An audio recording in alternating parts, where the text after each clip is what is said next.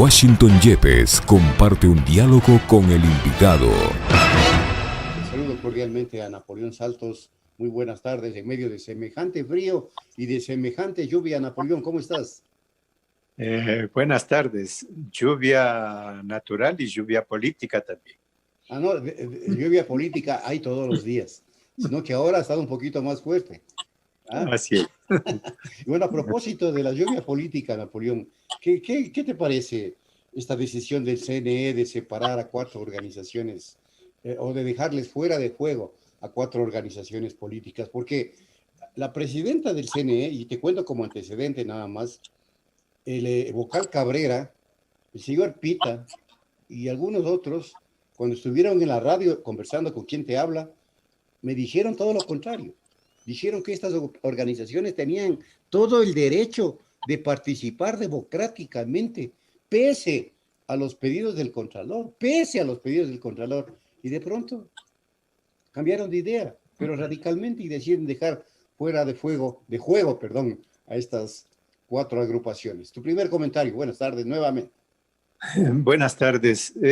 Estamos en un periodo en que la crisis ya no afecta solo a la representación, a los partidos, sino que en realidad está afectando al propio funcionamiento de la democracia representativa.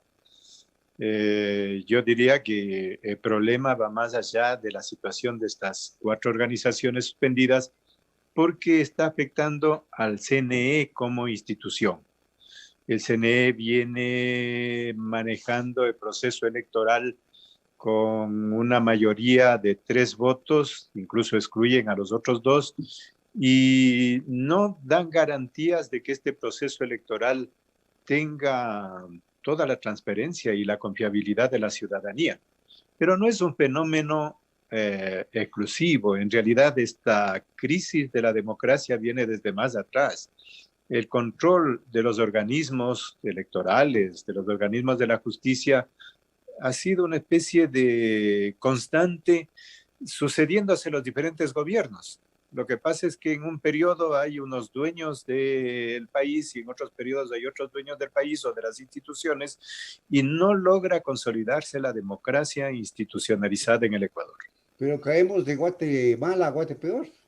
O sea, ahora estamos más desinstitucionalizados que antes. Así es. Al menos yo lo veo así.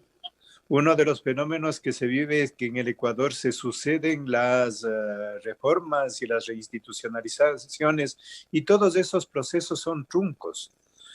No, digo, por eso es un problema de larga data en el Ecuador. Cada vez que hay un ordenamiento institucional y choca con los intereses de los sectores que deciden en el poder, porque hay que entender que el poder muchas veces no es el que está en la escena. El poder es el que está atrás, el que maneja no solo a nivel nacional, sino internacional. Entonces empieza una serie de maniobras para cambiar, y ninguno de esos procesos ha concluido en el país. Cuando pasamos, por eso digo, es un problema de larga data, cuando pasamos de la república oligárquica a la república liberal no se cumplió, quedamos a medias. Cuando vino el retorno a la Constitución, cada una de las constituciones dejó a medias de proceso. Recordemos la Constitución de 78, que fue alterada en la de 98, y así se va sucediendo la historia del país. Ahora, no podemos quedarnos ahí en ese análisis, sino ver qué es lo que sucede en la coyuntura. Y en la coyuntura, el escenario electoral todavía no está definido, y no está definido a nivel institucional, y no está definido también a nivel de la sociedad, porque hay que reconocer que este es un problema que lleva a una desconfianza de la ciudadanía sobre los partidos, sobre los representantes, sobre las propias instituciones. No es solo el CNE. La última encuesta que conozco, que es la de CDatos, señalaría que si bien el gobierno cuenta con una credibilidad del 4 o 5%, el CNE está más o menos en el mismo nivel. Y la Asamblea Nacional, bueno, nunca creo que ha sucedido que tiene una confianza del 2%. O sea, eso ya es realmente, si hubiera posibilidad de medir en menos, bajo cero, creo que la temperatura estaría ahí mucho más grave que lo que está sucediendo a nivel de la naturaleza. Ciertamente, Napoleón, pero yo me hago una pregunta que a lo mejor se hacen muchos ecuatorianos. ¿Se justifica, Napoleón, que por descorreizar el país se haya permitido que la democracia, las instituciones caigan tan bajo con estos niveles que tú acabas de describir de aceptación, que son históricos, que son inéditos? Un presidente que debe tener bordeando, exagerando un 4 o 5% de apoyo. Una asamblea con el 2, si no es con el 1. Un CNE en los mismos niveles. La justicia igual, con un desprestigio increíble. Creo que algo se salva las Fuerzas Armadas y la policía, algo. Porque igual a nivel de medios de comunicación y de otras instituciones, el desprestigio y la caída es estrepitosa. Digo, ¿se justifica que por descorreizar el Ecuador se haya caído tan bajo? Allí hay dos problemas. El uno es el tipo de institucionalidad que quedó a raíz de los 10 años del presidente Correa, que era una institucionalidad controlada unilateralmente, y eso también afecta a la democracia. Pero cuando se plantea esta reforma, otra vez digo trunca, ¿cuál es el resultado? No se tiene una consolidación de la institucionalidad. Puede haber un poco de excepciones que habrá todavía que medir en perspectiva, porque a menudo la política no hay que verla solo en la calentura inmediata. Por ejemplo, ¿qué capacidad tiene la Fiscalía para juzgar no solo los casos que tienen carga política de interés, sino el conjunto de los casos? ¿Puede ser necesario juzgar el caso Arroz Verde? Sí, pero ¿y por qué no se va con la misma medida? Voy a poner el tema de INA Papers, por ejemplo. Y podríamos poner así una serie de temas. Solo cuando la justicia, la fiscalía y los organismos ligados a la justicia tengan esa independencia de poder juzgar en base a las normas y poder juzgar con autonomía de las presiones inmediatas, podremos decir que hay una reinstitucionalización de la justicia. Igual podríamos hablar en términos del CNE o en términos de los otros organismos que están muy condicionados por la coyuntura. Pongamos el caso de la Asamblea Nacional. La Asamblea Nacional, a veces algunos dicen siempre ha habido corrupción, sí, pero cuando hay corrupción que se generaliza, que se va acumulando, los organismos pierden legitimidad. ¿Cómo es posible que en la Asamblea Nacional tengamos, por lo menos, según denuncias públicas, alrededor de 40 o 45 asambleístas involucrados en diferentes casos? Si es que la Asamblea no tiene capacidad de autodepurarse, veo que ahora han cambiado la comisión de fiscalización, que le han encargado a un representante del Pachacuti, al señor Elio Peña. Bueno, allí tienen una prueba fuerte. Lo primero que tendrán que dar fe es si es que logra autodepurarse, porque si no hay autodepuración, la Asamblea no va a cobrar legitimidad, no va a haber capacidad de confiar. Si los propios jueces políticos, porque esa es la labor de la Asamblea tiene que fiscalizar las responsabilidades políticas. La Contraloría establece las responsabilidades administrativas, la justicia las responsabilidades civiles o penales. Cualquiera de estas instancias que falla debilita al conjunto de la institución. Ahora, este manejo de la justicia, nada equitativo, o no sé cómo tú lo catalogues, Napoleón, también provoca los niveles de desprestigio que tienen estas instituciones de la ciudadanía. Mira que ayer el ex diputado Mendoza acaba de relatar cómo repartían la plata, 40,000 para cada uno, cheques de 400,000, y sacándose esa plata de un hospital que iban a construir, es decir, robándose esa plata. Siempre ha habido el hombre del maletín, lo sabemos tú y yo, hemos estado en el Congreso y lo hemos podido observar, pero ahora es descarado el tema. Los asambleístas manejando hospitales y en medio de una pandemia pero brutal, donde que la gente se murió en las calles y sigue muriéndose. Entonces, digo, ¿y por qué la justicia no actúa equilibradamente al menos? Porque hay lawfare, se evidencia persecución en algunos casos y ahora estos señores siguen felices y la que está en medio de todo esto, porque así lo han dicho los propios involucrados, es la ministra de Gobierno, nada más y nada menos. Y si está ella involucrada, ¿quién más está involucrado? el presidente de la República. Y no pasa absolutamente nada. En la coyuntura hay responsabilidades que les toca a los organismos actuar en caliente.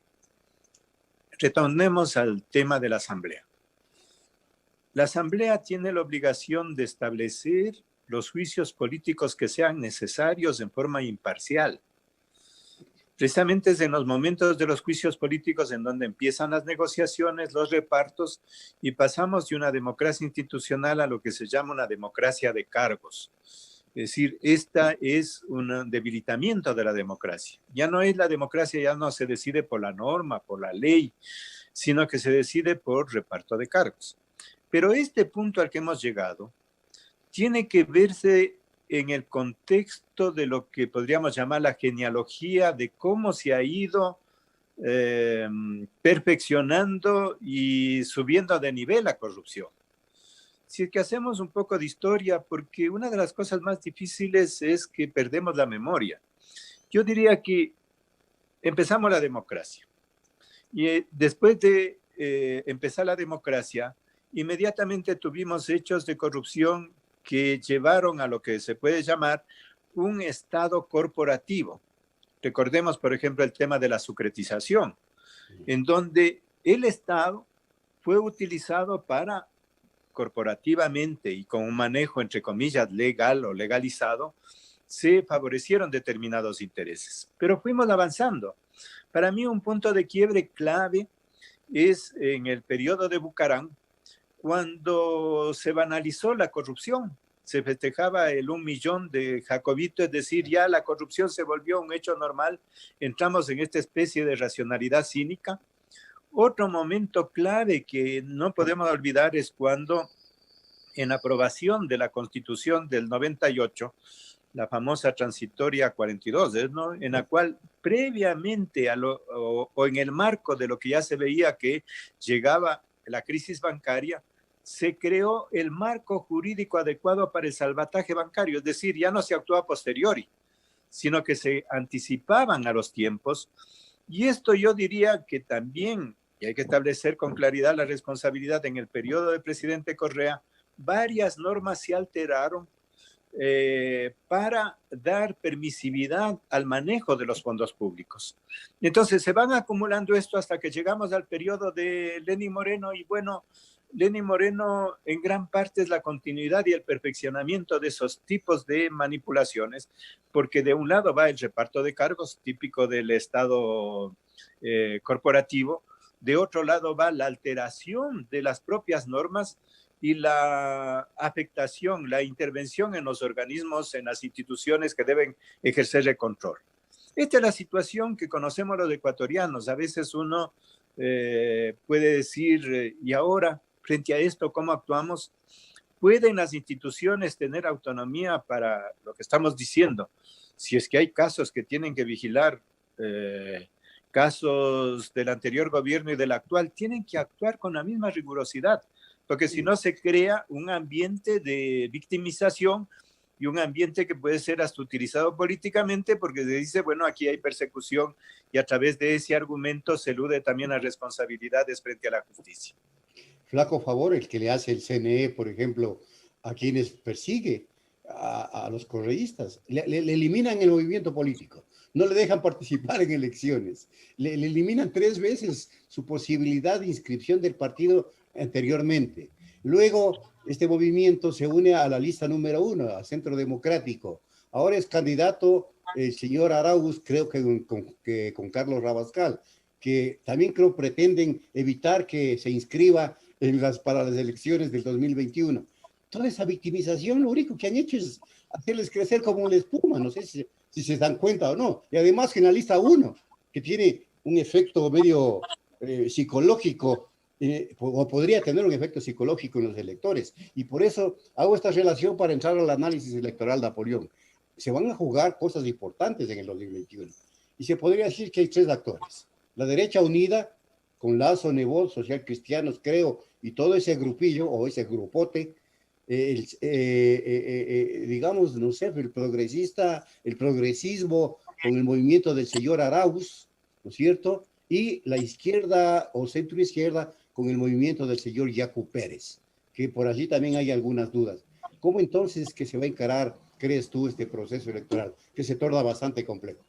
Sí, se presentan, ahora quedarían 13 binomios, pero Ajá, hay que diferenciar los partidos formales, aquellos que tienen finalmente registro electoral, y los partidos reales, los partidos que tienen un proyecto orgánico y que representan intereses concretos.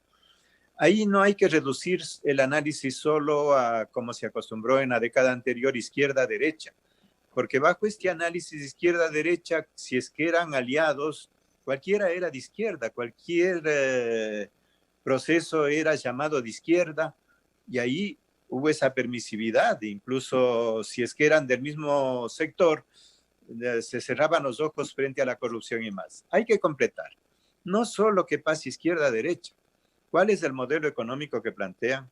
¿Cuál es la posición en el alineamiento a nivel internacional? ¿Cuál es la posición frente a temas fundamentales como la relación con la naturaleza, pro-extractivistas o no, el tema del agua? ¿Cuál es la posición frente a temas de género, etcétera? Eso nos permite en el Ecuador, en realidad, fuerzas orgánicas, lo que existen, yo llamaría tres y medio. Tres y medio, ¿en qué sentido? En el sentido de que hay un proyecto muy claro, definido en torno a la alianza Nebot-Lazo. Recuerda que esta alianza se logra restablecer después de que se rompió para las elecciones del 92. ajá. En el 84 hicieron una alianza el Frente de Reconstrucción Nacional, triunfó León Febres Cordero. En el 92 se rompió en esto que denominamos descriptivamente la derecha, entre el sector más globalista, que era el de Dajic, y más territorialista, ahora que vemos a nivel también internacional. Este no es un fenómeno local. En Estados Unidos hay una discrepancia entre Trump, que es más territorialista, y los otros que son más globalistas, el poder profundo, como lo llaman allá los demócratas. Acá se dio esa ruptura en el 92 y ahora logran restablecer esa alianza que es importante. Yo considero eso más allá de los resultados electorales, claro, ahí hacen, como son banqueros, a veces hacen sumatorias y hablan del 48%. Las elecciones no son así, no es una sumatoria, no es simplemente tomar un número de acá y otro de allá. Pero en términos de política, eso es importante porque va a permitir ver la presentación de un programa, la presentación de una propuesta, para que la gente pueda elegir. De otro lado, hay que reconocer que la fuerza del correísmo, del progresismo, tiene su ámbito, fruto de los 10 años, tiene su sector con el cual trabaja y habrá que ver cuál es la respuesta. Yo creo que electoralmente es importante que se participe, porque a veces se crean fantasmas. Yo creo que esos fantasmas hacen daño al país. Si Rafael Correa no puede participar por responsabilidades jurídicas, buscarán otros canales, puede ser Arauz, puede ser, todavía están por definir esas candidaturas y tendrán que concretarse también en términos de inscripción. Y me parece que sí, efectivamente hay una novedad. La novedad hasta ahora aparece por el lado de Yacu Pérez, y hablo de Yacu Pérez más que de Pachacutic, porque allí, como conocemos, hubo una disputa interna para saber si es que el Pachacutic iba, como tradicionalmente ha sido, únicamente como el brazo político del movimiento indígena, o si se ampliaba. Y me parece que se está dando este fenómeno de ampliación sin renunciar a las tesis básicas, a las tesis históricas, y que puede llevar entonces a que también esta fuerza orgánica pueda presentarse con posibilidades electorales. Y hablo de 3,5 porque, por lo siguiente, porque en la sierra todavía hay un vacío de lo que se denomina tradicionalmente la centroizquierda, hay un vacío, y todavía no se observa cómo atrás de estos grupos operan los sectores, los grandes electores, los grupos económicos, porque no nos olvidemos, una cosa es la escena y otra cosa es el ejercicio del poder. Claro que la alianza entre Lazo y Nebot es una alianza que está definida sobre todo en la costa. Pero ¿qué pasa con los grupos económicos de la sierra? cómo están jugando los grupos financieros también de la sierra. Todo eso habría que ir ubicando para saber cómo se mueve el poder y las posibilidades de que en el juego electoral surjan algunas alternativas que son necesarias en este periodo de crisis ahondada por la pandemia. Correcto, Napoleón, por el tiempo te agradezco. Tenemos una entrevista a continuación, dado que las circunstancias políticas han movido, justamente como tú decías, han generado una suerte de tormenta política en estas últimas horas. Muchas gracias y será hasta una próxima oportunidad, Napoleón. Muchas gracias. Punto Noticias, un noticiero para usted.